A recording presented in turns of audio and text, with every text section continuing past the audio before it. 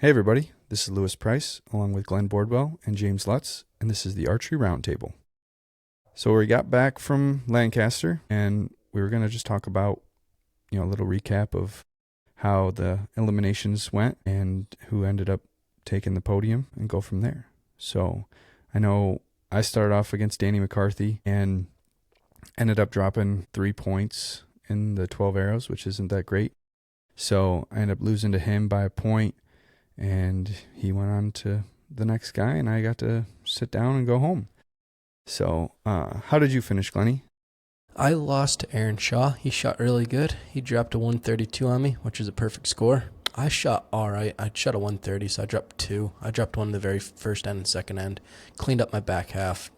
Just leaked a little pressure at the beginning, which I got a couple low lefts from, which I need to fix that a little bit during eliminations. Just make sure I'm pulling a little bit harder, but yeah, same with Lou. Got to watch the rest of the guys shoot, and it was fun to watch them, though.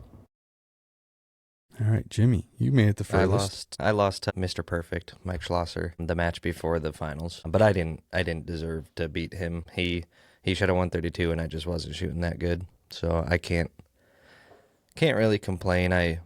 For taking the week off before it, I felt like, if I can make it, at least give myself a chance to make the finals, I'm happy. And yeah. Losing to Mike, he's not always an easy guy to beat. He shot a perfect score? I thought he dropped like 1. No, he had a close one the last end, but okay. Gotcha. All right, yeah. But yeah, Kyle Douglas won the event in our division. It was it was a pretty good win. He didn't miss. He shot a 134, 135, 134. Yeah. Which is insane. It's definitely his time. I feel like he's been so close so many years at the shoot. He definitely deserved this one for sure. He's won this one, or? No, this is his first one. This here. is first. Okay, yep. That's what I thought.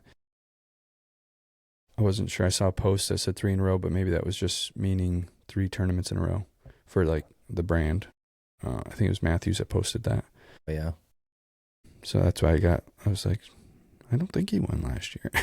No, I think he took second a couple different times, though. Yeah. How do you guys feel about the new 12? I think it made it more exciting to have them where, like, okay, it seemed like most of the guys went right to, if I miss one, then I'm gonna hit the button. But if I stay clean for a little bit, it seemed like most of the guys on their last 4 arrows were gonna do it if they needed it. You know what I mean? Yeah. It got to that last end where if it was still tied, one of them was definitely going to go for the 12. And it might not been until like the last arrow or second to last arrow, but if one of them dropped, then they automatically had to do it, which I think it made it a little bit more exciting than having to always make a decision on each end to then be like, oh, should I do this or not? And then you lose that opportunity to go for it. So I think it helped make it more exciting. Right. I saw like Stefan and Chris's match. That was one of the most exciting matches I've seen in a while. Like Chris missed a couple early, but he came back and hit like 4 in a row at the very end, which kept him alive the whole time and made Stefan have to shoot a 12 to win it. Otherwise, 11 would have tied. So it made the match a lot more exciting, where normally back then, if you drop 1 or 2, you're basically done in the pro class when you get to the final 8. Usually a 132, usually always won each match. So it was definitely more exciting, I thought. Yeah, with Chris, I feel like after he missed one, he got a little upset and like really tuned in and made those shots work. So I think it made it more exciting for that part too, but either it was a little nerves on his part, or if it was just, the lighting there obviously is different. So I know a lot of guys sometimes will hit like a left and right difference. So I don't know if anything was off there, but I think it was really cool. I think for sure now with the new 12 rule, you picking first or second's a little bit more important now. I think the second guy's got a little bit more advantage to it now, where he can definitely finish the round, or know if he needs to do the 12, where the first guy's kind of got to set the tone and kind of see where the match goes kind of deal now. Mm-hmm. Yeah, I feel like if you're going first, you basically have to go your last 4 arrows minimum. You have to go for the 12s.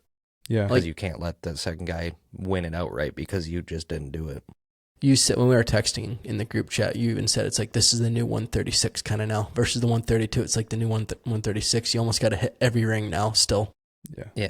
I honestly, I'm not the biggest fan of it. It's fun to watch. Like Perkins and Stefan's match was one of the best matches I've ever seen. But I feel like it's just like they're just shooting at 11s still, Yeah. and everybody's so good nowadays that, I mean, like Bodie missed one of the 12s, but I mean, I would have put a lot of money that he wouldn't, Yeah. it just happened. But Well, not many people miss that many 12s. Yeah, the first match with, I think it was Stefan and Tim Jezovic, is that how you say his name?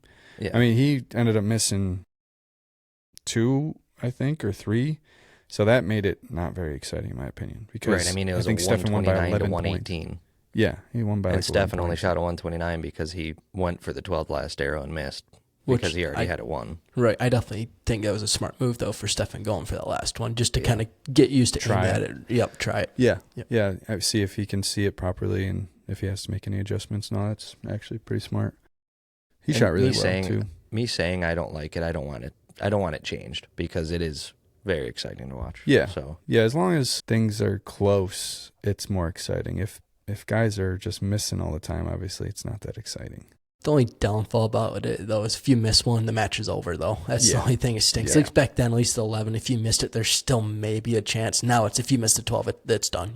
You're done. Yeah, there's no chance of the other guy really getting nervous at that point. Right. Like really, if you're up by 4 points or 5 points going into the last couple arrows, even the last end, most likely you're not going to be that nervous and you're just going to, even if you hit all 10s and drop 3 points, you're going to still be fine. right. That's where I come in second. Sorry, Jimmy, go ahead. Well, I was going to say, if your opponent just shoots a 10, and you're up 1, I've heard people say they would rather be down 1 than up 1 in a match, because they just get so nervous when they're up 1. But when you're up 5 or 4, like, you don't have nerves up there. Yeah, not these guys that are up there, No. Yeah.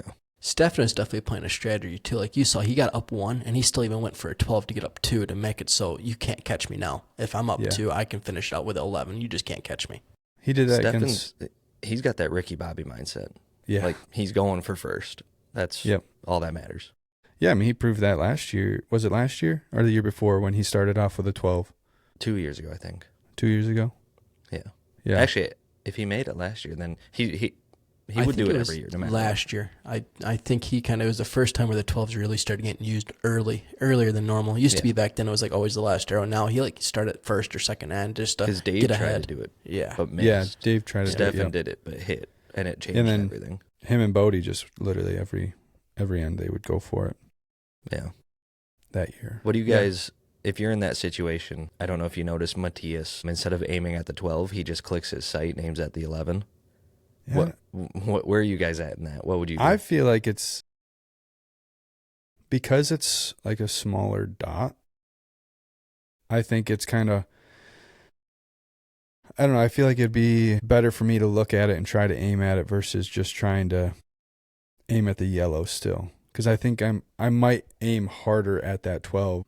And maybe that's a downside too, that you aim harder. It could affect you in a negative way there too. But I think if you're comfortable just aiming at the X because it's about the same size, right? I think it's the same size or a tad smaller. It's a tad smaller. Yeah. I mean, I guess with his skill set, he's not moving much anyways. So I guess if you have the perfect number, it makes sense. But I think I would rather just aim at it personally. I was always taught aim small, miss small. So me personally, I'd rather aim at it. I feel like I'd aim better aiming at it than trying to aim center and just doing a good shot. Also, I think it depends on your setup too. If you're running a really big dot, you almost have to do that where you're taking the thing, because running a big dot, you're going to cover over the whole 12. Where if you're running a pin or a smaller dot, definitely you can aim at it a lot easier. But myself, I would rather aim at the 12 versus taking number off of it and hoping that it drops enough. Yeah. What about you, Jimmy? I mean, you've done it. Well, I just my plan was to aim at it, but when you're on the stage like that, Louis, you made it last year, right? Not last year. It was No, a couple years ago, I think. A couple years ago? Well, you get in like this zone, like you block everything out. Mm-hmm. Like last year, I literally drew back and mentally planning on aiming at the 12, and my pin just went to the 11. Mm-hmm. So I kind of, because Matthias is so comfortable aiming in the 11, I kind of can understand why he does it. I think Nick Cappers does it that way too. But I don't know. I wouldn't trust my mark enough, Yeah.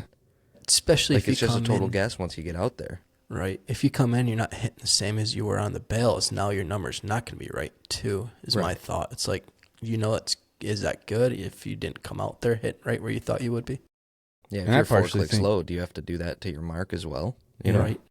I think with the mark too, being that it's a high pressure situation and you have limited time, making sure you go down to the right one, but then on the way back Right. up, you also make sure you're Right. on the right one, because that could really screw you Yeah. up there too. You only So get 30 seconds as soon as that Yeah. archer hits the target, so you really And have if to you're- be quick about it.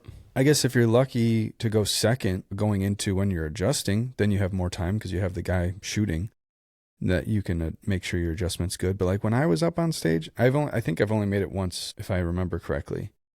But I don't really remember much. Like I was nervous up there. Like now that I've made some other shoot-offs, it might be different now, but that's like such a different stage that I just like I zone out like Jimmy was saying, but like I'm zoned out because like everything's like fuzzy. Like I'm just like nervous, You're and that's how I'm tunnel feeling. That's how vision, my brain is. Like, yeah, What? it's like tunnel vision. Tunnel vision. You know, Yeah. You're just And locked so, in. like when we were talking, maybe on the last podcast, we were saying how like with PJ talking, I don't remember what he asked me. I don't know if I even answered correctly. Like I just, I don't remember. So that's the one thing too. You just have to be careful with making sure the adjustment's good, because Maddie obviously has been in that situation a lot of times, especially like Neem, for instance, is I would say a very similar situation for the shoot downs or shoot ups. But yeah, that would just be my worry. So, but yeah, overall though, I mean, the shoot off was good. Yeah. I know it's they had to exciting. switch all the, they changed everything, and they had 2 live streams going on at once, so everybody could watch, even the other divisions, I know they were in thought different that rooms. turned out really well. Yeah, I just don't know watched if the you main watched one. the other live stream. I watched a little bit of the other one just to see how things like looked, and I mean, it was literally a carbon copy of the main finals. Just it wasn't dark in there, and there was you could sometimes hear stuff in the background, but considering that they had to just do that quick in a day, to get things ready, I mean, it worked. Yeah. It worked out really well. Yeah. What did you guys think about the shoot off for the pros being late Saturday night? I honestly liked it. I feel like you made it so everyone could watch it. Honestly better, because normally we're around 3:00 in the afternoon. Sunday it's kind of hard to sit down and get to watch The it. only thing I don't like about that is that we finished at what? 11? Yeah, Probably the it's a shootouts long were day done. to sit there. It's a long day to sit there. It would be kind of cool if we did our maybe shoot-offs later in the afternoon, like maybe start at noon, finish around 3, 4, and then we're not such a long break. Or would you guys rather have the longer break than a shorter break? Probably longer break. Yeah. I I think the kinda like nighttime how- is how cool they because have it. there's more people that might watch it. That's what I thought Yeah. too. Being Yeah. Saturday night versus a Sunday. I wonder if they'll ever think of that. I wonder if they had more coverage, people watching it than normal, being it was on a Saturday Yeah. night. And they could maybe put us, like, their popular divisions that they put on, like, how they chose different ones to be in the main Olympic hall, obviously because of popularity. So if they did that maybe on a Saturday where they did those still in the Olympic hall, and then Sunday you started in the morning or afternoon, whenever, to finish all the other ones out in the same Olympic hall, but just separating it out a little bit so it's not such a long day for everybody on Sunday. You know what I mean? Right. That could be something to do too. Right.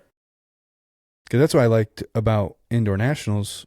This was now a couple years ago, or last year even, I guess they did it, where the pros always finished a day early. Now it's back to normal. I believe this year it'll be finishing on the same day, on Sunday. But I like that we all finished, the pro divisions finished for the shoot-off, so people would still be there to watch. I think it just made it more entertaining for individuals that were competing there, but then also cooler for us to have more people watching instead of an empty room. Yeah. And then I always thought it was weird when you leave the shoot-off area in Lancaster, it's just a ghost town in there. The booths are coming down. If we did it on Saturday night, I mean, the trade show would still be up. You could come back in the morning, watch the other shoot-offs. Right. I think it would be pretty sweet. And that's what I noticed actually on Saturday. When we went to pack our stuff up and came back, there was so many people still there. Like it was really packed. Because you also had some of the collegiate shooters there too that showed up for that Saturday event, which I think they still had a decent turnout with that. I don't know how many people didn't come, but it did seem like it was way busier, and I just think that's more fun as well for everybody to be like, oh, we're in the shoot off, or we're shooting off right now, but there's still like a whole big, gathering going on still. So you still have that vibe, that different vibe than just coming out to a ghost town. So maybe they'll change something up. You never know.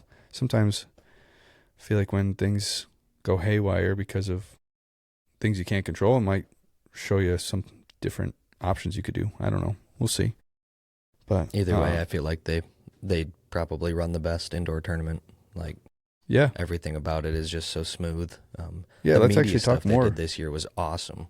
The what? The pro panel, yeah, the media, the meet the pros. Like, they always kill it with that. Yeah. No, I thought that was really cool. I wish I actually went and listened to the pro panel, because I saw the videos after where they had them lined up like an NBA or NFL kind of, actually it reminded me more like a of press conference. Yeah, it reminded me more of like the college press conferences, like after the basketball and where the championship ones where they have all the coaches, not all of them, but a couple coaches, couple players, and it's all of them up there answering questions. I think that's actually really cool. And I know they put it in a different room probably because they want it kind of quiet. I think they're popular still. I think there's a decent amount of people. And I think this was just the first time doing it. Yeah. I think it'll get bigger and bigger. Maybe they'll schedule more different each day. Things like that, Yeah, maybe like a pro 3D panel. So you get some of the 3D guys, and then the pro spot guys are in the outdoor FIDA, like kind of switch it up. Or have a mix of both and see what are similar or different between some of the answers. Never know with that. So what else? Anything from the tournament that got your attention? The women's pro, their scores are a lot higher than normal. The cut was usually, I think back then it was like a 640 always made theirs, and I think this year it was like a 646 or 647. It's significantly higher than normal. Yeah, the downside to them, I guess, is that they take 16, even though they've always had more than 32, right? For a while, at least a few years. Yep. So I'm a little surprised that they haven't switched that to at least 32 girls getting in there, because I think that'll make it more entertaining and more I think the girls would enjoy it more to be like, oh, I can make it still, like, give them confidence to be in there still. If they don't do, I think they'll lose some shooters. If some girls physically don't think they can hit in the mid 640s and they're around that 640 cut, they'll kind of get discouraged and not do it. So I think it would definitely help a girl if they brought it to 32. Yeah, really. I mean, their cut was very similar to our cut. Yeah. They have obviously less shooters, so it's a little different, but our cut was still 48, 47. Either 47 or 46. I think one person at 47 got in. Yeah. Okay. So really, they're not very far off. No. I know if you went to 32, it would be lower. Usually the averages are different, between those divisions. I mean, look at some of the people that missed the cut in the women's. Yeah, like Tanya, for instance, and Katie. She won it.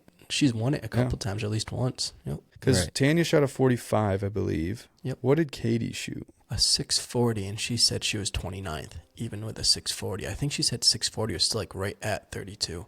Gotcha. And there's probably a lot of ties in there too, I would imagine. I know the men had a lot of ties this year. Usually in spots we have more ties that way too. So yeah, Sarah Preels missed the cut. Oh yeah, I saw that. Annabelle Moore, I know she's won ASAs and stuff. Leanne Drake just won Rushmore. She missed the cut. And it's not with bad scores, it's... I think it'd make it more exciting for Elimination Day too, being they only have 2 eliminations to get into their final 4 for their shoot, where if you did it to 32, at least it'll be maybe 3 eliminations. Part of me wonders though, if there's just not room, and that's why they're taking only 16. And like they didn't know if they had the participation to begin with when they first started, but now if they increase it by doubling, if that causes an issue for that, but then maybe if it does cause an issue, they could try to do some of them on Saturday at different times. It's something like that. I feel like they deserve to have a little bit more shooters in there. I think it would be good for even just the sponsors to have their shooters out there, Right. because there's still some of those girls are on staff and shoot all the time. So it'd be good exposure for everybody. Yeah. They Stuff take getting tough. 32 in women's open. Yeah. Why not? Really? Yeah, why not women's open pro too? How I think many women are in the open? Let me look. I mean, that's probably why. I think that's 100. the biggest reason. Yeah. Or I 100. think the women's pro is always not a huge class. Now it's getting bigger. They had almost 60 shooters, so Because it's pretty hard to get in with only 16. yeah, because with us even, I think you have to be top 16 to even get a check, right? Think so. So you could, I mean, I hope and it's top 17. And so you were top 16. Yeah, we only have 100 people in our division, and we cut to 64. Yeah. So I mean, I even cut them to 24 or 32. I think 32 is a great number because they're always averaging more than that over the last so many years. 32, then there's no buys. If you cut to 24, then there has to be some buys. Gotcha. I think with 32 also, if you did still just 16, that 1 versus 16, that's still pretty tight for number-wise, what they shot. Yeah. That's pretty cutthroat kind of deal. That's the same with our division too. Yeah, Even same. the guy at 64th, Yep. they're still He could throw 3 or 4 rounds of triple X pretty easy. yeah. Dan McCarthy, when I went against him, I was 6th, I believe, and he was 53rd or 54. Right? Would that put him at 54? No. Or no, I think 50. 58. 58, yeah. So I mean, obviously it's Dan McCarthy, so everybody knows he can shoot spots still, so Right. it's very easy for a guy to go on a run, so just one of those things with the women too. I think they could do it as well. So we'll see. Maybe they can get something changed. I don't know how they can do that. If they can, I don't know. I don't know how you go about something like that, honestly. I don't know if it's just... It'd honestly be pretty easy. We stay 4 to a target for one more match. Well, no, I'm just talking about how the women could go about getting it changed. Who do they talk to? Do they get a petition? Not to be negative towards the tournament. It's just, hey, we would think, this would be nice if this is possible. Katie said a lot I of the don't girls think are... it would be that hard No. to get them to do it. No, Katie was saying a lot of the girls were talking, I think, to Rob or someone else at Lancaster saying, hey, we need to get this changed. We're going to lose girls if we don't get this changed kind of deal, which I agree. Yeah. Right. This year, absolutely, it needs to be changed. But 3 years ago, looking at the scores, you probably No, wouldn't need I would say to, 3 years ago, a 640, 638 always made it. And now, Yeah. mid 640s, that's tough. Especially when there's already close to 60 girls. To make 16, that's going to be a tough class to be in. Yeah. And then people are going to leave. Yeah. Yeah. Well, we'll see what happens. Maybe next year it'll be different. Even if they did 24 and had some buys, maybe that would, more would be still better. I think there. Well, it wouldn't cutting to 24 or 32 because the targets are still going to have to be taken up for those buys. That's true. So there's no point in cutting to 24. Yeah. When you can just cut to 32. Yeah. True. All right. Well, let's go on to the next topic. We're going to be getting ready for Foley and the ASA season. That's going to be, I think, 3 weeks from now. We'll be headed down there. So there's been some changes at the ASA, known pro, now 50 yards versus what it was 60 last year.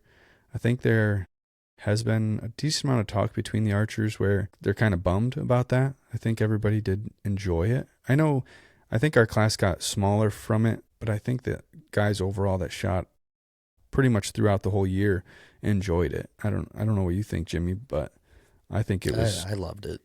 Yeah. You can say the argument that people left because of it, but I think it was a very small amount of people that did. Mm-hmm. I don't know how that the people would have stayed, even if we were at 50, because when we got people like Kyle, he's insane. The scores he's putting up, and I think this year back to 50 is going to be even crazier. I think honestly 70 up could be a possibility. Yeah, which is kind of crazy to say. I mean, going from 60 to 50, this would be probably the year that you'd see some higher scores because it's going to, I know we took a big break from the last one, but still, I think going to it's like, oh, God, these look like really close.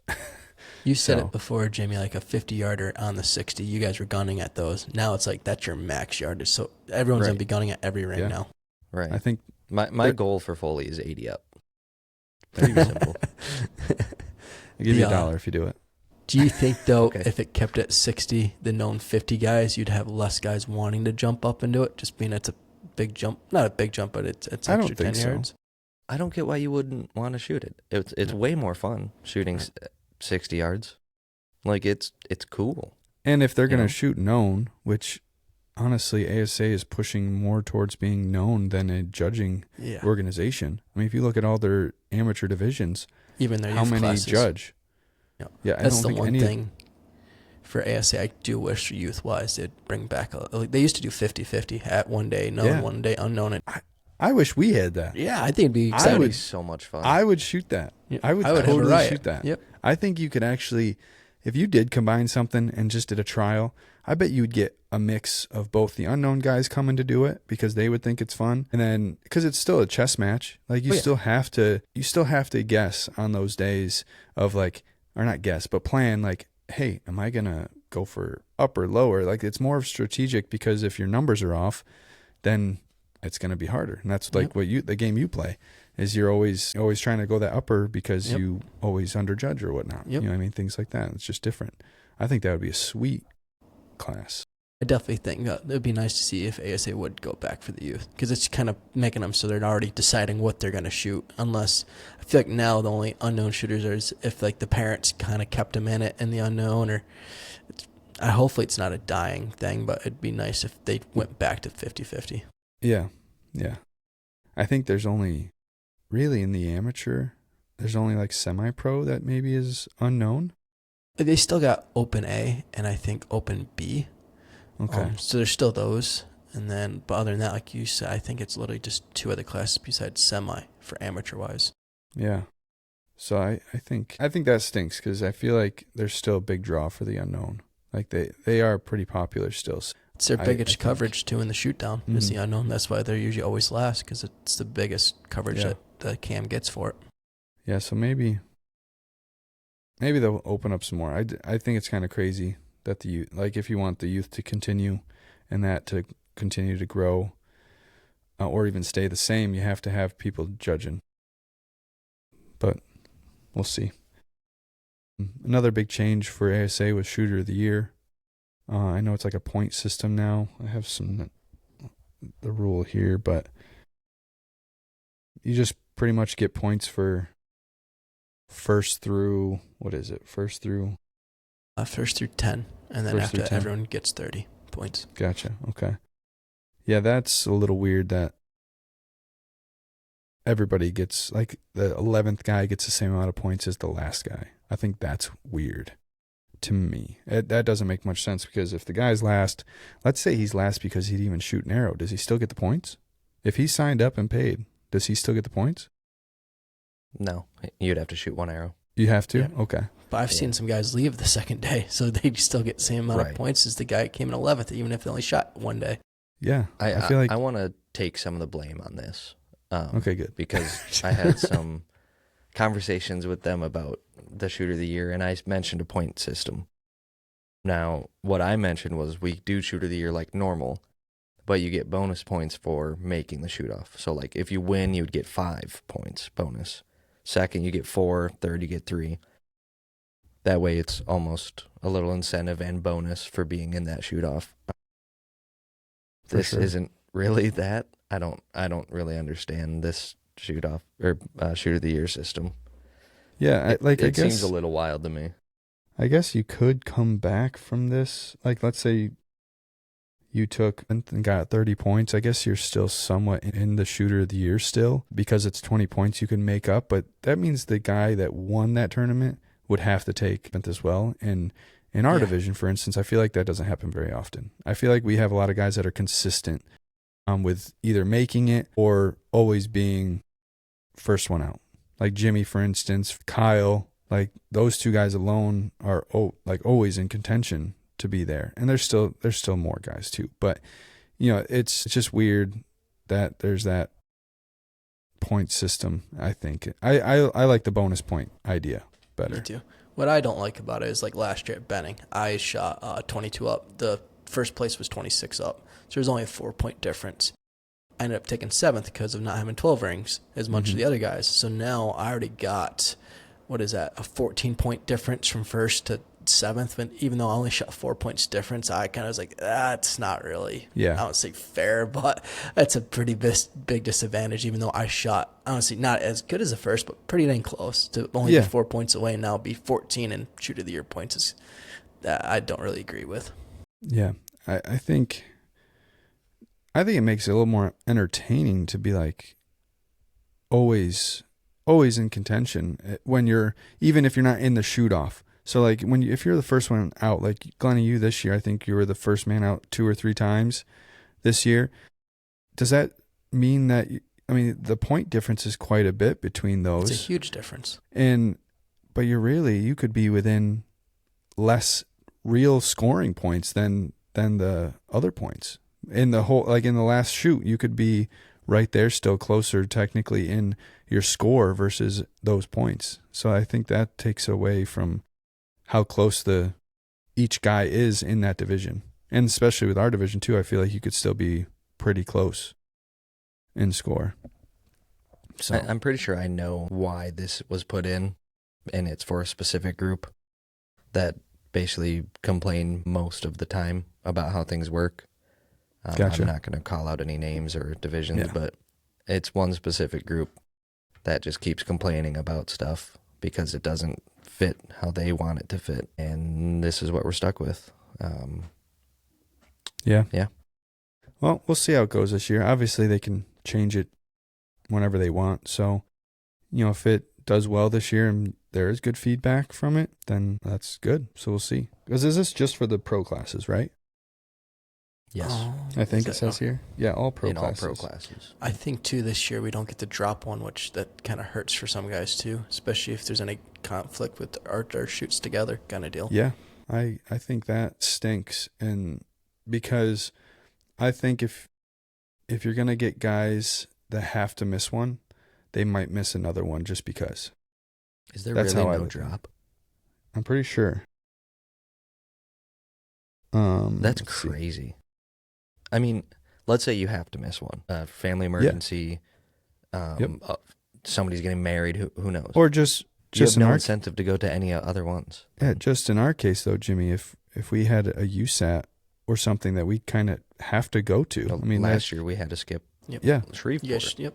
So there's people like that, but even just life, like you're saying, that stinks. That I think, like I said just a little bit ago, is if I do miss one because of an emergency or whatever, then the next one comes around and say I might have something coming up, and it's like, well, I'm not in contention anymore, so like, do I need to go to that one, or should I just go to like the last 2, and I'm gonna miss another one? Or you're gonna get the guys to still just go to every single one because you can't drop. You might. I feel like a couple of years ago they took away at the drop, and immediately people voted for it back again. Yeah, the first shoot of the year we voted. In Benning. And in that year, I think And Foley. Levi. Yeah, I think Levi had a family emergency. I think he missed Benning. Yeah, I think somebody got in a car accident or whatever, and he couldn't make it, and so people voted on it. I think it got brought up more because he wasn't able to make it and was planning, and it was an emergency. So that's why they did it. So why would we go back? I know. Why think it's are we going definitely backwards? It's going to affect the Classic the biggest, I think, because that one was the one you always had to go to. Now being so it's and that one we seem to lose. That one you.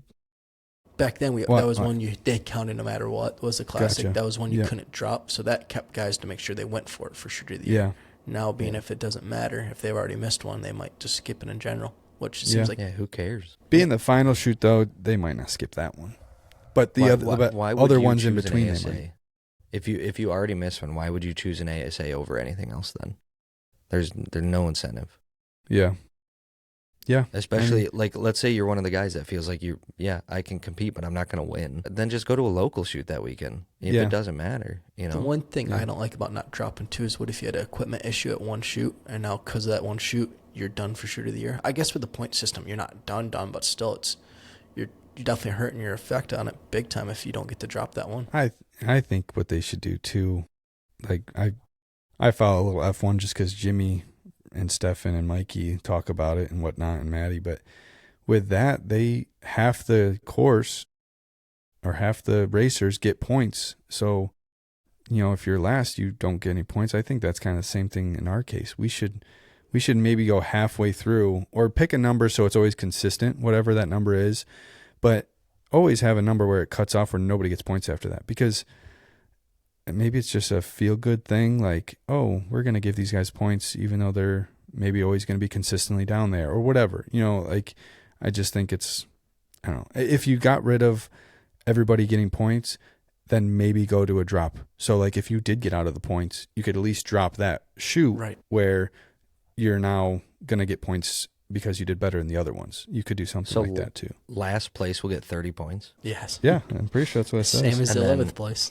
Glenn, you could be 7th and get 34 points. Yeah, and only 4-point difference from 7th to last. Well, even Or 10th, maybe- you get 32, and then everybody below that's 30. So I mean, you could you're be only 2 100 points. points better than somebody and only be Yeah. 2-point different. Yeah, That's dumb. and that's even in the pro class. You could still be quite a bit points more than the last guy that's getting that. I hope they don't do this for amateur divisions because that'll kill. Yeah, no, they're not. participation. At the top of this little screenshot I did, it does say in all pro classes. So that'd be good. At least it won't screw any, because, and I wonder, maybe the amateurs still have a drop score too? Do they, is it the same? I saw they had a drop score. I don't Okay, quote me, that's but I good. think I did see they had a drop score. That's good for them, I feel like. I know the pro division is a little different where really, like you, Glenn, you're a 3D guy. So you're not doing any of the USATs. So, like, Yep. It makes sense for you that there's no drop because most likely you're going to go. It's just the family emergency stuff that could be in the way at times. So we'll see. Now, there's some other little rule changes. I like the new rule where you have to touch the stake now. Yeah, I do too. I've always been a big, I mean, you guys call me rule book for a reason. Yeah, Louis has a nickname, Mr. Rulebook. So with that, I've always hated, and I've brought this up to shooters. They're like, oh, I can get my one warning, right? If I step off. And it's like, no, if you intentionally do it, you don't get a warning. So don't do it. Because I think it's just, they set up the courses to be hard for a reason. Like if they want you to shoot through 2 trees, you shoot through 2 trees. That's how they did it. I hate that some of the guys over the years, and this has been going on for a while. It's not just one guy that's always doing it. There's been a handful of guys over every year doing it. So I think it's better to shoot the course the way it's presented. I mean, those guys spend a lot of time to make it nice and hard. So do it. Only time I thought it was okay is like a lefty. If they set the course not paying attention to lefty at times, but usually they make sure it's set for both sides. Yeah. There's not a lot of lefties, Curtis but I don't feel need like any help. I feel like they pay attention enough. I think. And if they don't, it's fixed very quick. Right. Like Yeah, this get a year, I proctor. think it was the Oh, yeah. classic. We had just a stake. Like you couldn't see the target because the tree was in the way, and they moved it right away before the first guys. even There's shot. times where we've had rain the night before and we've had stuff in the way, and they'll fix it as soon as you ask for a proctor. They're right there. Yeah. Yeah. No, the proctors are very good. So it works out. I think that's really all for rules. I guess now that we're on that ASA topic, we could talk about what we do from start to finish with our bow. Like even before let's say before we even leave home, like what's your main thing? Like you take that bow out of the box. What do you do? Glenn, you want to start? Yeah. So the first thing I do is I put some gas strings on my bows. I love gas. We sell them out of our shop. Never had any issues with them. I run Flex Black. Always a really reliable string. And then what I do from there is I let the bow set for a full day with the strings on. I kind of go a little overdoing it kind of deal. I always want to make sure my bow is pretty stretched in. And then from there, I kind of throw the peep in, throw a D-loop on there, set the height for the rest, get that all set, make sure the timing of the rest is set great. And then next thing I do is I check the poundage, make sure I'm at the poundage I need to be for my speed. So I always do is I'll shoot it through the chrono, make sure I'm at, I like to be at 295 because our cap speed is 298.7, so it could be 299 technically. And I like to do that first because I don't want to shoot the bow a ton and find out I'm at like 289, 290. I want to make sure I'm shooting it right when I'm going to shoot for the tournament. So I'm right at that 295. Do you peak it like a little hot? Because sometimes when things settle, you lose maybe a little bit of weight. Not much, but I usually always make sure, like you said, I peak it like, usually when I start at like 296, 297, knowing that in a day or two it's going to drop down to either 296, 295 usually. Yeah. And then, I usually shoot 100 shots before I check the timing. Once that's done, timing's usually pretty dang good. And then for sighting in wise, I usually sight in on just a normal dot target in the range. I usually try to get a 20-40 for at least the first shoot of the year before we get to Foley. And then down there, it's when I start getting my 50. And then once I get the 50 on the bags, I go right to the targets. And then I really fine tune it because it seems like it could be a little bit different from bags to target. But I usually really check the marks on the 3D targets just to make sure it's good. Nice. What about you, Jimmy? With being known different than Glenny, do you focus on speed like he does? Make sure everything. I used to in the past. I don't think I'm going to worry about it too much. I mean, if I have the option, I'll go shooting good and fast rather than shooting good and slow. But the forgiveness is, I think, one thing that I let up. That failed me last year with it. I still shot some good scores, but it just wasn't that forgiving. But I always turn my indoor bow into my 3D bow. And what I like about the Matthews is just with the switchway mods, I can turn it from 60 pounds, whatever let off, whatever draw length, to 70 pounds and however I need it. Are you going to do it this year? Yeah.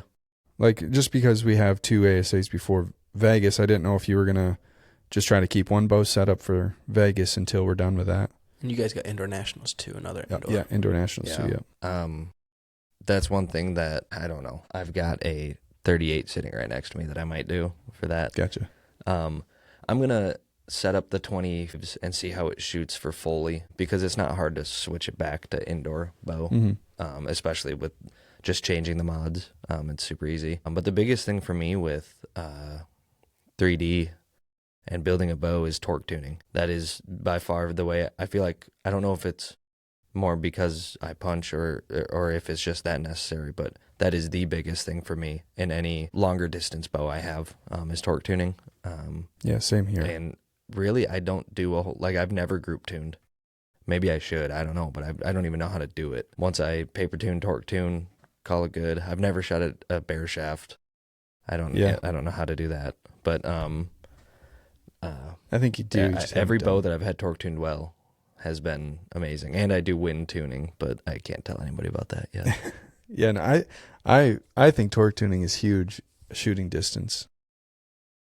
I learned about that probably later than most guys, but it was a handful of years ago now, and that does make a huge difference. I think just that, because of even in wind, I mean, if you're torquing it different because of the wind or you add more pressure, that can affect it still. So by torque tuning it, you hopefully minimize those left and right misses. I think it's huge. Even on some of we don't do a lot of angle shooting, but I think the angle shooting, it can help that too at times. When you guys are torque tuning, you're doing it mainly by the rest, or you're doing the sight too? Both? What are you guys usually doing? I only do the rest. Yeah. I like my sight picture, how I have it. Yeah, so I actually was just messing around. I even do it on my indoor bow just to see, because I have had it where it's a decent amount off. Because the arrow lengths are different, it just reacts differently. I actually had to move my rest forward, and then I even moved my sight in a little bit to even make it better. So I think you can do both for sure. It just depends. If you want to keep your sight a certain distance away or close, then just do your rest more. And some rests are able to do it easier than others. I have the Freak Show QD, so I can do it on multiple parts of that. I can move the whole base or whatever you want to call it for the side where it's bolted on, but I also can move my blade back and forth as well. So there's a lot of adjustments. I know you guys shoot different rests. So is it easy for you guys too? Or Glenny, do you worry about that with you use a Hamsky, right? I use a Hamsky. I try to mess with it a little bit. The only thing I wish for the Hamsky, their new one, the R7, does have the block system now, which is pretty neat. So you could torque tune it with that. There, I run the original Target hybrid though. You can still slide it in and out. It's not as micro adjustment, like as easy to micro adjustment, but I do play with it a little bit. I found though with mine mainly, I set mine usually the blade right behind the riser and then bolt hole it, and it seems like it's always been pretty dang good. I always do test it. I've messed with the sight for me wise more than the rest at times, just because it's not as easy as you guys have it, or you have it, Louis, with a Freak Show QD, where you can definitely adjust that a lot easier, kind of Yeah. deal. Yeah. Jimmy, you're using a QAD, right? Yeah, I'm using the TRI Ultra Rest. It's awesome. I mean, it slides back and forth super easy. Torque tuning with that is just a breeze, but I feel like I have it set where, like, I torque tuned it last year, and I really don't have to move it that much. I feel like bow to bow, it's pretty consistent where my rest needs to be. Gotcha. It's just basically when I set up a new outdoor bow, Vita bow, it's that I might have to change stuff here and there. But I feel like with big arrows or an indoor bow or a 3D bow, it's kind of, once you torque tune it once, you don't really have to mess with it again. Do you guys have to play with your blade angle at all between your indoor versus 3D bow? No, not between them. Yeah, I always mess with that before I put the rest on, essentially, or when I put it on, like a new one on, I always adjust it because I don't like it for me, I don't like it where it comes factory. I like it to be a little. The Freak Show comes pretty steep factory, doesn't it? Yeah, I like it a little less than that. What about blade wise? Do you guys play with like a 10, 12, 8? Do you kind of go back and forth? Do you run just a 10? I pretty much use a 10 for everything. Yeah, honestly. 10 for everything. I know I feel like with a 12 you're overhandling, and an 8 you're just a little too weak. I understand sometimes guys will go stiffer sometimes because it wobbles too much for them when they're drawing. So like the weaker ones can wobble a little bit more. So if they want to take care of that, I don't know how much difference it makes for accuracy because I don't switch it that often. But I know with a 10, it's always been pretty good for everything because when the point gets there, that blade does not sag that much. Even with a 225 grain point, it's still not sagging that much. It looks bad maybe at rest if your arrow's super long and you have a super heavy arrow, like an aluminum, for instance. It makes it sag more, but once you get it back, it's up there. Sometimes I think the little weaker is going to give a little bit more for when it is coming out of the bow. So maybe it helps correct that or get out of the way a little bit. If you did have a contact, for instance, it might get out of the way a little easier and affect it less. That's what my thoughts are, at least. So, Glenn, on the Hamsky, you're running a blade. Yeah. Like a normal best blade or best whatever? blade, yep. I'm running a 12-val best blade just for the strength-wise more than anything. Gotcha. Yep. It doesn't necessarily matter what thickness of blade you use, does it, on that, because it's a drop away? Yeah, some guys say it does. I haven't seen it at all yet, kind of deal. I run the 12 wide best blade, just a little bit easier to keep the arrow on when you draw, and then it just seems like it's been really reliable for me, kind of deal. Yeah. What do you do different for your setups, Lou? Like, what do you do right from the box, kind of? I put the gas bowstrings on. I run in the System X probably again this year. I did it last year, and it got me a little bit more speed, which is nice for everything because I'm running 60 pounds, so I'm not trying to run a high weight. Like I tested my feet of bow from last year with a 25, Super Drive 25, and the heavier one with 140 up front, honestly, I had a lighter arrow in the same bunch with the heavier arrows because I made two different ones up like back-to-back years to try a 140 versus a 125. And I didn't realize it. So I picked up the lighter one, not knowing it, shot it through the crown. It was like 291. I was like, that is faster than I remember. And so I weighed it and I was like, that's not what it's supposed to weigh. It was like 405 or something. And I was like, it's supposed to be like 422. I'm pretty sure it was 422 last year. And so I grabbed another one and it finally weighed that.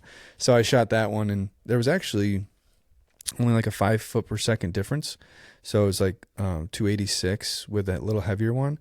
So I might just stick with that arrow and that combo just because I think that's a pretty dang good speed. Now that we're at 50, I think it'll be fine too. Last year, I honestly shot well out to 62. When I was prepared, it shot well. It's just I didn't prepare as much as I should have probably for some of that longer distance ASA stuff. So yeah, with the bow, I like to torque tune really I like to paper tune first, honestly, to get it somewhat close, and then torque tune, and then do a little group tuning if I take the time to do it.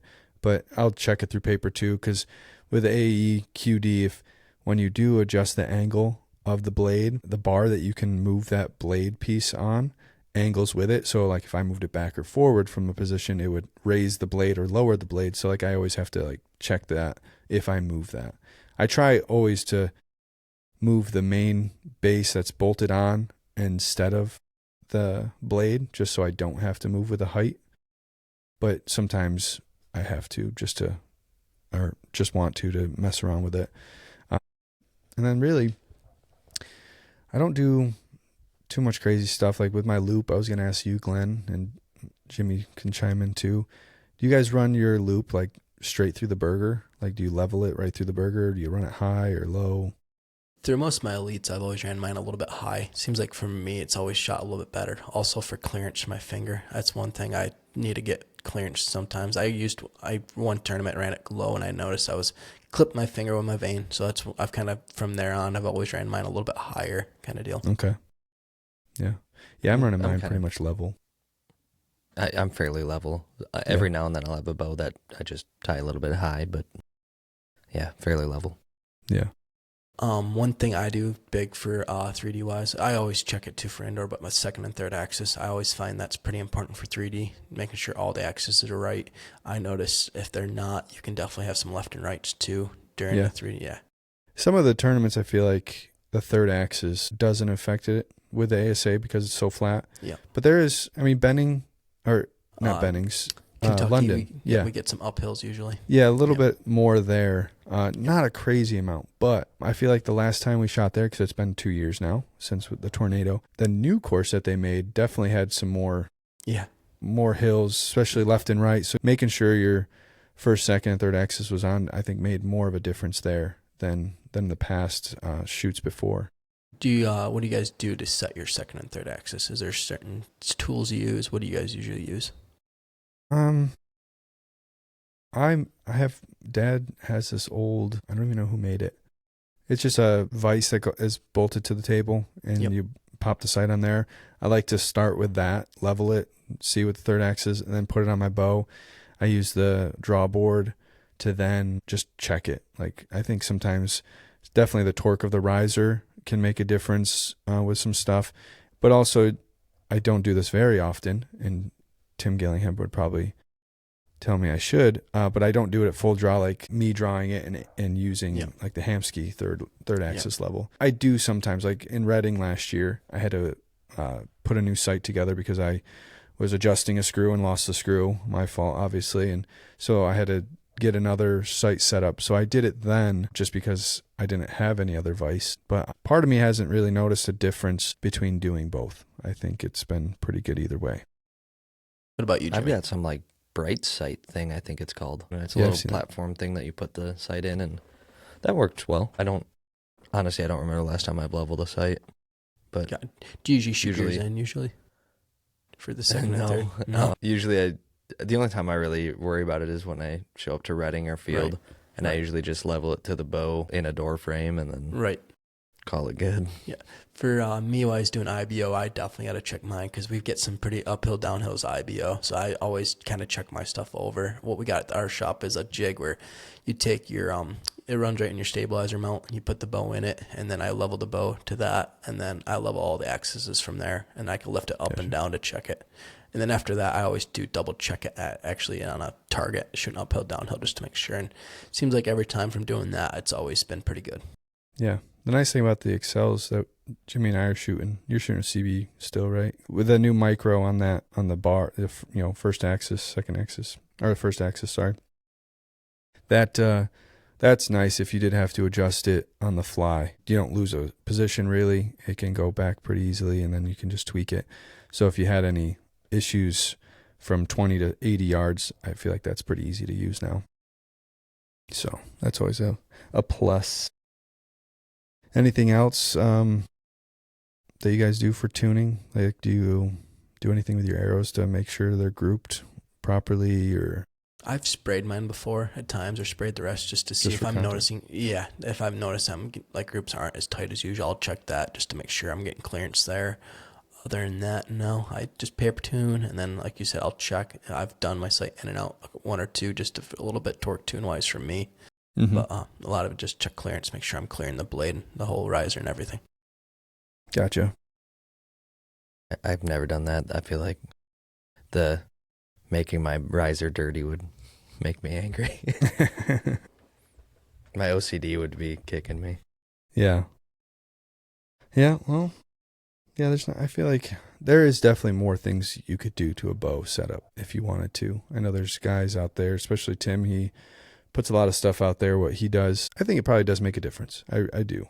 It's just if you want to take the time to do it, really. I mean, with me, I do spin my arrows and cut off both ends of a parallel shaft. So if I have one that wobbles differently, I like to try to make it as straight as possible because I think that probably does make a difference, especially 50 yards.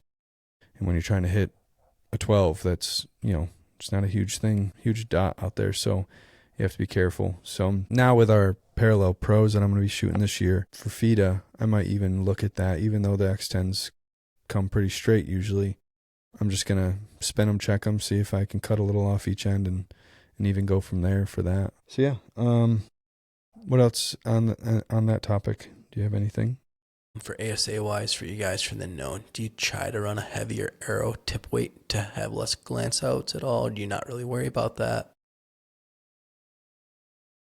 I don't necessarily worry about it too much. I'm not going to change a setup that's shooting good because of it. Gotcha. Um, Gotcha. Yeah, I I'd feel rather like have I've something been- that shoots well. Gotcha. I've been around like the 150-ish for point Yeah. weight on most I think that's a stuff lately. perfect, like anywhere between like a 130, 150 has always been a good weight to be around. Yeah. I've ran 125s, and they didn't shoot awful, but I feel like the 140 made some change to it. And I don't necessarily have never changed my point weight for glance outs or anything like that. Maybe the style of point could help you with that, but Are you guys running Jesse's points for that to help? I don't have the Pro ballistic no? one. I was running the 3D Knockbuster, I think. Gotcha. I think that's like one of the first points that they started making a while Gotcha. back. I think that's what I'm using. Do you think those points actually make a difference on kickouts and stuff? I don't know.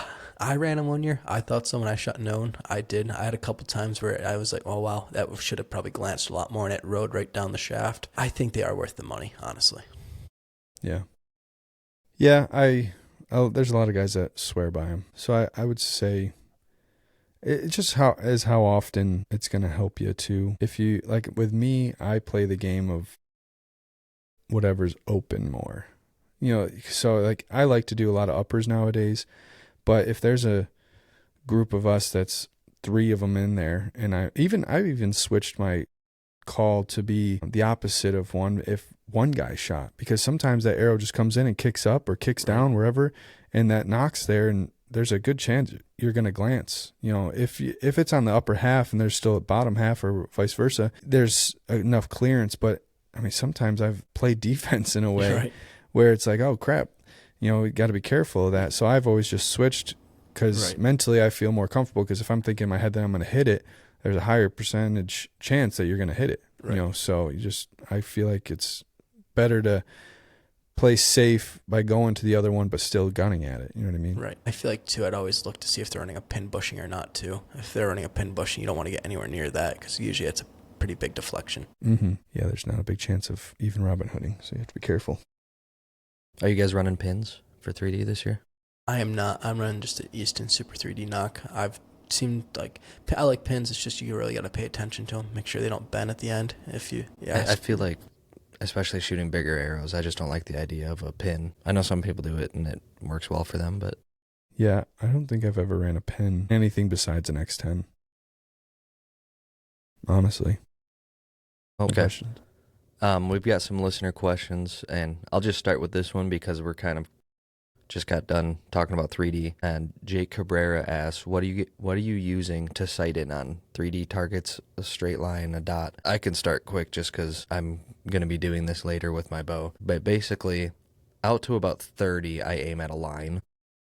just a horizontal line. Usually it's about like electrical tape thickness. I basically just throw it on top of a target. And then once I get out to 40 or 50, 40 you can kind of get away with a line or even making the line a little bit thicker. But in that scenario, I like to aim at, I bought a, what is it? What's the javelina? No, hyena. The hyena. Okay. That's got the black dots all over it. Yeah. That I think is money to get sight tapes on because you can shoot Right 30 at the arrows dots. at that thing before you have to go pull it. Yeah. Last year when we got to Foley, that's the first thing we did when we got to 3D range. We found the hyena and literally said it's a black dot to aim at. It worked out perfect kind of deal. Yeah. Yep.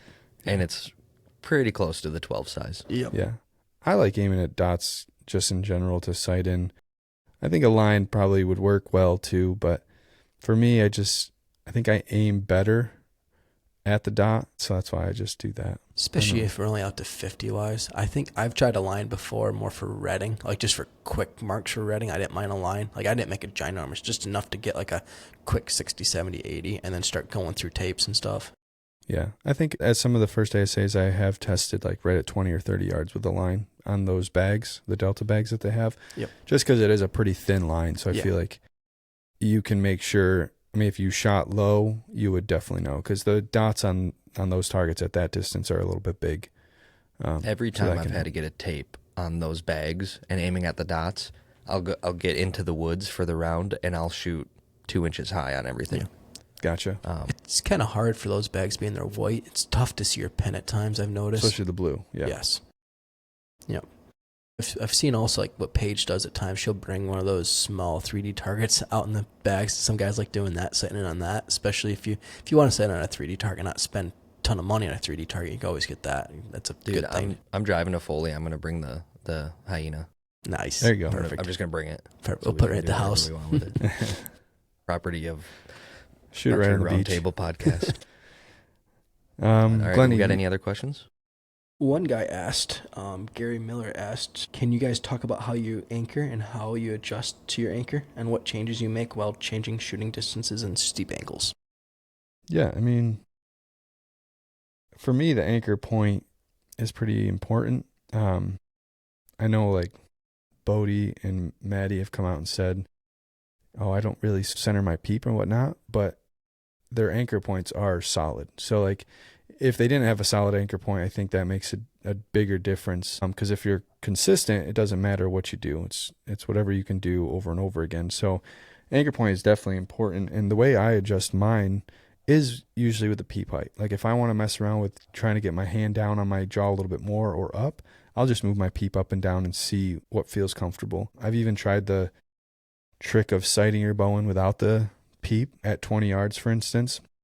And then when you sight in and you're good, your left and right could be off if depending on what side of the string you're looking on. But then when you're sighted in, you move that peep down until it hits in the middle again. So, because if you move it and it's high, it'll still hit high, and you move it down and the arrow will come down with it. So by doing that, you kind of get that consistent anchor point, and that anchor point without manipulating what you're doing by trying to get to the peep. So I think that's pretty important. And then to elaborate on that, like while changing shooting distances, I don't think the angles, my anchor point really changes much, and I don't really mess around. It's mostly the distance that I see different. So like at Reading, when you're shooting a 20-yard target or 16-yard target, because the 4-yard targets end up being one of your lower distances, so it doesn't mess you up as much. So like that 16-yard target to that 101-yard target, I always try to find a happy medium distance to set my peep. So I like to set it probably around like 55 yards, honestly. Similar to our FIDA bow. Like I like to set it for like 50 meters essentially. Because also at Reading, the averages are way different than like what the furthest distance is. So like you have some long shots, but on those long shots, I would rather just manipulate my face and come off my nose a little bit or whatever to center, versus on all of my average distances or shorter distances, crunching my nose all the time. Because, it's just, if you have it too low because of the distance, it can really screw you up on those other more consistent shots that you're having. Yeah, I know for me, for ASA and IBO, I try to set my peep like 45 because that seems like be the average distance too. So for my 3D bow, I'll try to set it there kind of deal. For angle wise, I kind of just make sure I get all properly set like a normal shot and then kind of bend at the hips a little bit. Like I was always taught to bend, but not really. I kind of just make sure I'm keeping my elbows up, keeping my front arm up, and just making sure you're just making a good strong shot for it. I'm not really setting the body for the angle really. I'm just making sure the normal stance is set right and then aiming at it kind of deal. Gotcha. I'm kind of the other way when it's shooting angles. Like, I like to draw into the angle. Like, I've tried just drawing flat and then bending, but I feel like that just feels too weird to me. Yeah, sometimes But- it can throw your balance off. So I do more of what Jimmy says. Gotcha. My dad always taught me with the bending the hips, which I think does matter on some of the steep stuff because you get to a certain angle where you do have to manipulate your hips to move down. But I think, like Jimmy's saying, drawing into it, keeping your shoulders where In they're line, supposed to yep. be is pretty important. Yep, I agree on that. Sorry, Jimmy, keep going. But I just, for indoors, I set my peep for 20 yards. For feet, I set it for 55 yards, 50 meters. For redding, I'm right with you, Louie. I'm right around that 50-meter mark also. 3D, this year I did 50 yards. I don't really think the difference between 50 and 45 yards is that big, but I'll probably do 45 yards this year. Yeah, I think maybe our averages this year at ASA would be longer too, so we might not have to worry about the peep change so much when, because sometimes they put 20-some yarders, which I feel like isn't the greatest at times. I'd rather have long distance ones just to make it harder on everybody. So maybe we won't have to worry about a big change like that, so our peep will be fine. You got one more question, Glenny? Which release do you shoot, Jimmy, for indoor wise? Either the True Ball Abyss 3-finger or the True Ball Execute wrist strap. For the true ball wise, wrist strap wise, are you running a hard connection or a strap or like the loose connection? A rope. Rope. Yeah. Just a rope. I actually have a kid's strap on right now. Louis Holmes keeps telling me that he's going to bring me an extra one that he's got for it, but he has it hanging outside, and it's been hanging outside for the last 2 weeks in the rain and the snow, and so that thing's probably junk. So I need to get something else. Is there a reason why you like the rope versus the hard connection? Do you have a preference? I'd say it is my preference, but it's just because that's what I tried first. I didn't really put any time into a hard connection. The rope is just what the release that I'm using. I just borrowed from Louis Holmes when I had some wild target panic last year.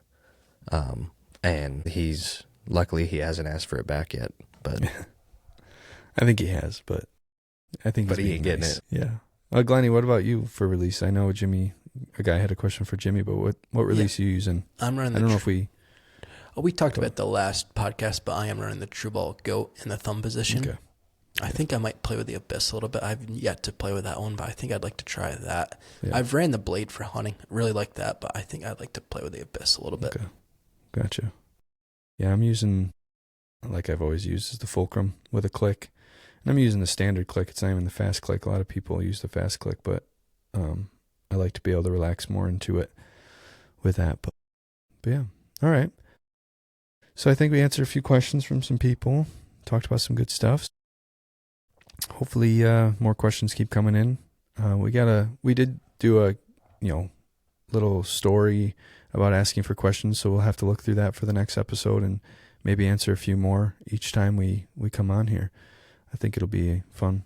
I'd like to hear you guys' thoughts about the ASA Shooter of the Year also. Just seeing if you guys think the same thing we're thinking. Just like to hear what you guys' thoughts were about that. Yeah, I know it's only affecting the pros realistically, but if anybody wants to chime in, feel free to post something on our videos and on our posts, and we'd love to hear from you.